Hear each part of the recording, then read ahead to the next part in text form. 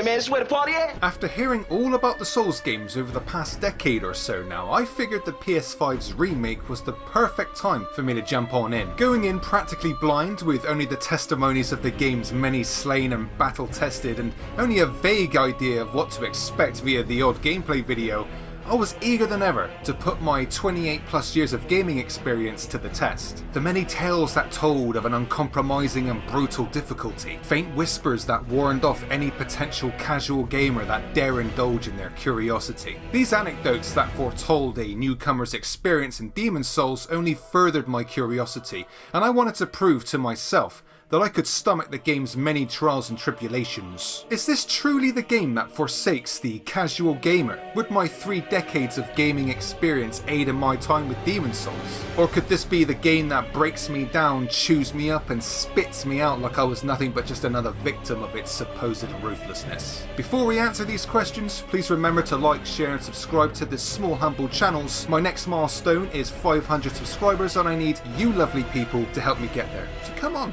join the fusions. I want to quickly address Demon Souls music and sound design, especially the former, because this game, no joke, has one of the best musical scores I've ever heard in a long time. Hopefully my intro got across just how much I adore this game's music. It is beautiful. I've always been a huge fan of classical and orchestral music, so what I heard in Demon Souls was right up my street. The Maiden in Black track that plays during your time in the Nexus touches the soul in all the right places, while tracks such as Maiden Astrea and the Tower Knight are absolutely ripe with epicness. And as for the game's sound design,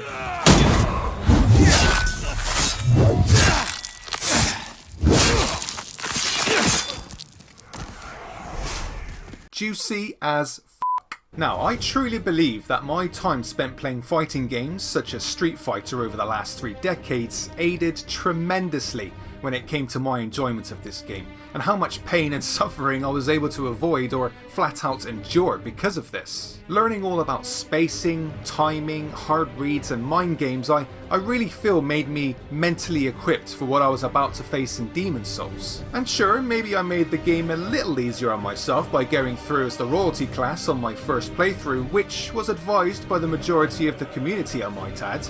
But it didn't take too much time before I started noticing just how much easier it made the experience. However, it wasn't long before I started investing my hard-earned accumulated souls in my preferred areas of progression via the game's in-depth and very enjoyable class ranking system. And those particular stats were vitality, strength, dexterity and endurance. And before long, I was relying more on my many physical weapons such as the Crescent Falchion and a very beefed up longbow, rather than OP magic attacks that require very little brain work. There's definitely way more satisfaction to be had that comes with predicting enemy movements, observing attack patterns, and landing a well-placed single arrow for a clean kill, for example. Or engaging in one-on-one combat with the many enjoyable and varied bosses within the game, save for the 2 man-eaters in 3-2. That was bollocks, that was. And I gotta say, it is so refreshing to play a game in this day and age that refuses to hold your hand. It's my most frequent gripe with the gaming industry these days.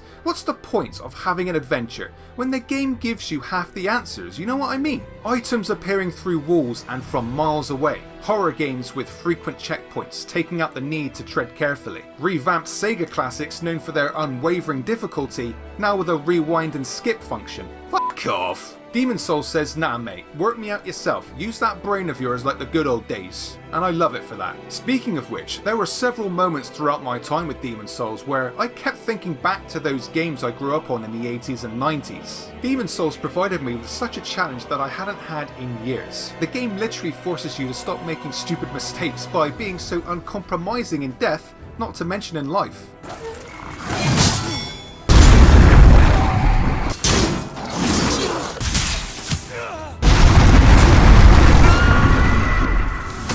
So yeah, there were plenty of frustrating moments during my 50 plus hours and 2 separate playthroughs of Demon Souls. I'm certainly no exception to that. Having a heavy background in fighting games helped me to some degree, but the game itself is a whole different ballgame that, admittedly, it only got me so far. But the game being the game that it is, hooked me in consistently, with its unique mechanics, its multiple and interesting worlds, its in-depth progression system, its satisfying combat, its many varied enemies and epic boss fights, and its absolutely gorgeous visuals and atmosphere which never failed to astound me with each playthrough. I genuinely looked forward to each and every session of Demon Souls. However, there are some aspects I don't like about this game. For example, the developers evidently spent a lot of time making the game look beautiful. From the many environments to the intricate details of the characters' clothing, it looks great.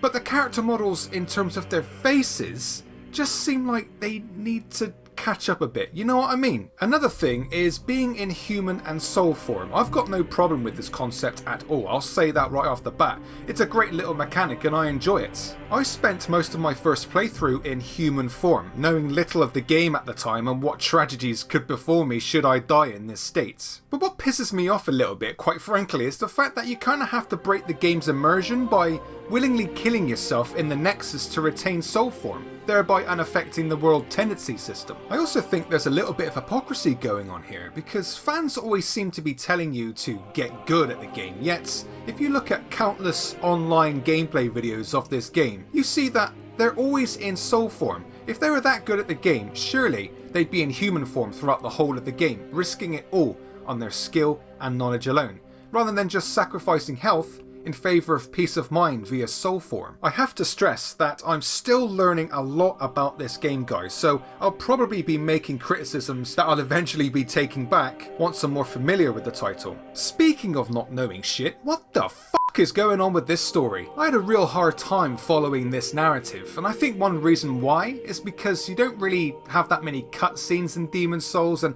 a lot of lore comes from the NPCs in the game. I know that demons must be slain to rid Boletaria of the fog, but that's pretty much it. At least that's what stuck with me after 2 playthroughs. A lot of story elements seem either vague, uninteresting, hard to follow, or just left up to the player's imagination.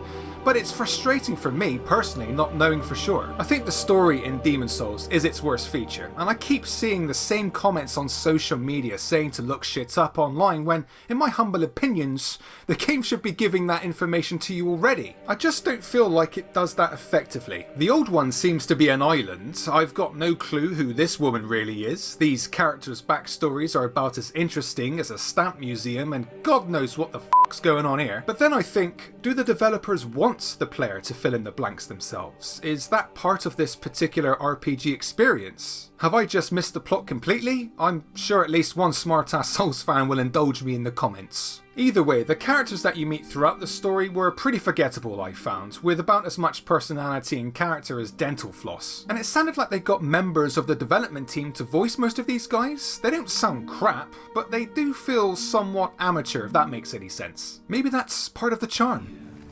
Care to look over my wares? Mostly stolen, but who's telling eh? Now I do have to give a quick shout out to this particular character though, as it sounds like she comes from my neck of the woods. Has God abandoned us for King of Land, failing to show proper respect? But despite these criticisms, it doesn't detract from the fact that the Demon Souls Remake is a well-oiled and polished machine with only a few niggles throughout. It's taken me a few months to complete the game twice over, and I say complete very, very loosely, and with that, a more thorough understanding of what makes a Souls game. There's still so much more for me to discover and experience in Demon Souls. I've yet to go through on New Game Plus. I've yet to turn my character tendency pure white or pure black. I've still yet to discover more secrets, new items, weapons and equipment to aid in my noble quest of vanquishing demons. I've still yet to help more players vanquish a particular boss they're having trouble with. But if there's one thing that's a dead cert, it's that at some point, at some time, I'll definitely be revisiting the Demon Souls Remake for a chance to rectify some of these claims. It's so jam-packed with content that dismissing it now would be a waste of money,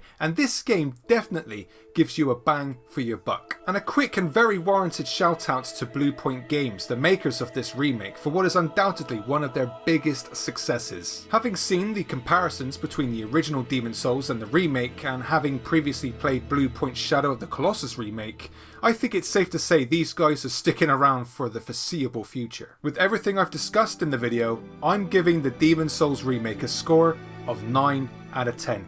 It's a fantastic game. It looks beautiful, it sounds beautiful, it's great to play. it's just got a shitty story, but that's proof enough that you don't need a solid story when you've got such compelling gameplay. I hope you enjoyed watching this account of a newcomer's experience in Demon Souls. Please do comment below and tell me what you love and indeed hate about the game. Remember to like, share and subscribe to the channel for more of this kind of content, as well as much more. Thank you all for watching, and I'll see you all soon.